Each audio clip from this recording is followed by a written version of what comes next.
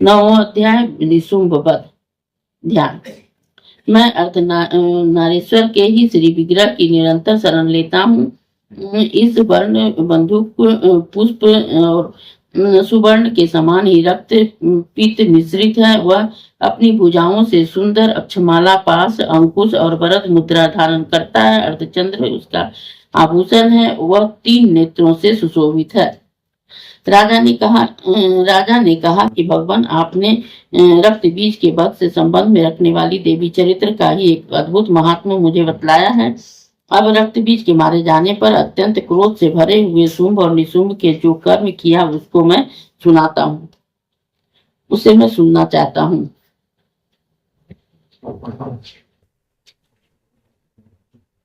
ऋषि कहते हैं कि राजन, युद्ध में रक्त बीज और अन्य दैत्यों के मारे जाने पर शुंभ और निशुंभ के क्रोध की सीमा न रही। अपनी विशाल सेना इस प्रकार सारी मारी जाती देखकर निशुंभ अमर्ष से भरकर ही देवी की ओर दौड़ा।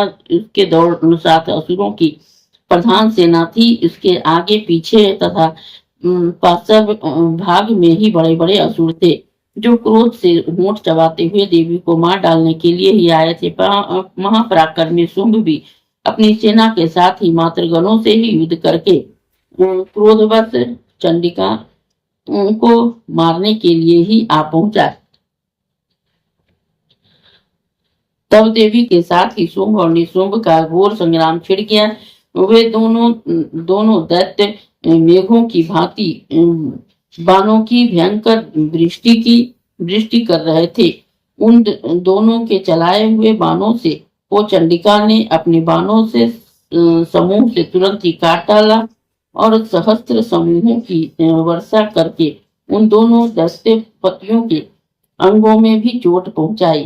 निशुंभ ने तीखी तलवार और चमकती हुई ढाल लेकर देवी के श्रेष्ठ वाहन सिंह के मस्तक पर प्रहार किया।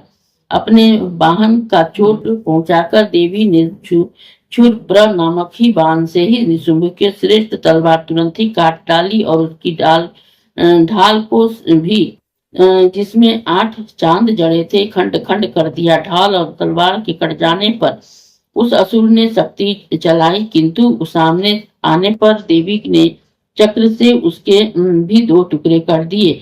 अब तो निशुंभ क्रोध से जल उठा और उस दानव ने देवी को मारने के लिए सूर उठाया, किंतु देवी ने समीप आने पर उसे भी मुक्के से मारकर चूर्ण कर दिया। तब उसने गदा घुमाकर चंडी के ऊपर चलाई, परंतु वह भी देवी के त्रिशूल से कटकर भस्म हो गई।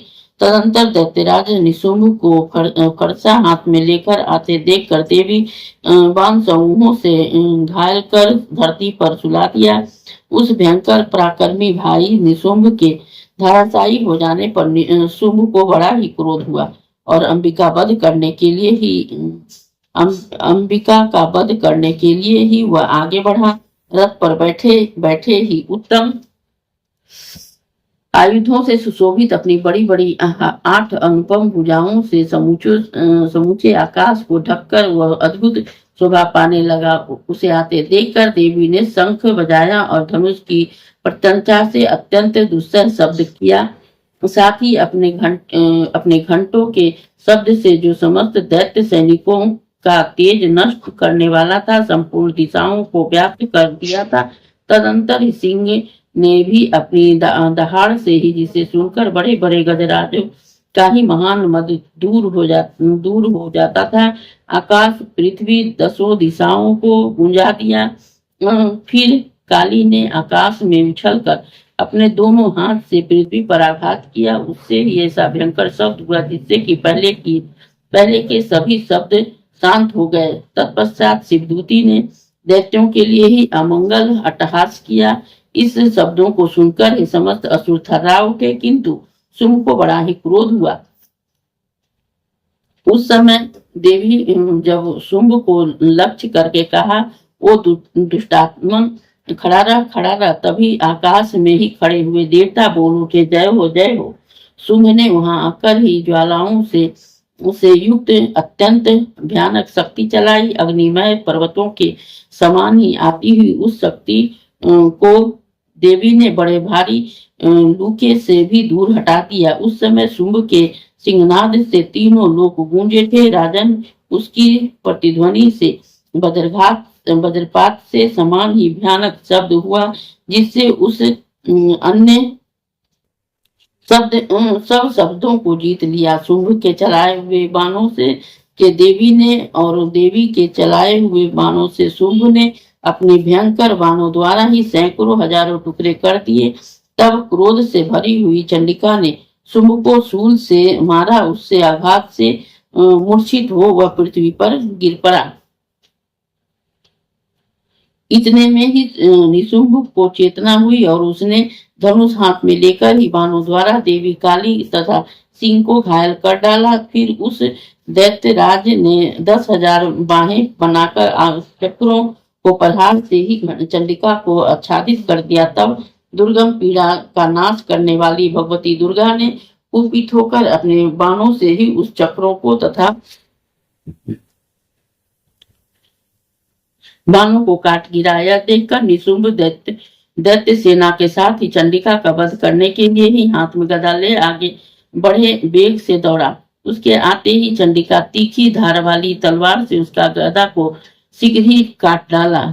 तब उसने शूल हाथ में लिया और देवताओं को पीड़ा देने वाले निशुंभ को शूल हाथ में लिए आते देखकर चंडिका वेग से चलाए हुए अपने शूल से उसकी छाती छेद डाली। शूल से विदीर्ण हो जाने पर उसकी छाती में एक दूसरा महाबली एवं महापराक्रमी पुरुष खड़ीरख खड़ीरख कहता हुआ निकला। उसके निकलते हुए पुस्तक को पुरुष की बात सुनकर देवी ठहाकर हंस पड़ी और खड़ग से ही उन्होंने उसका मस्तक काट डाला।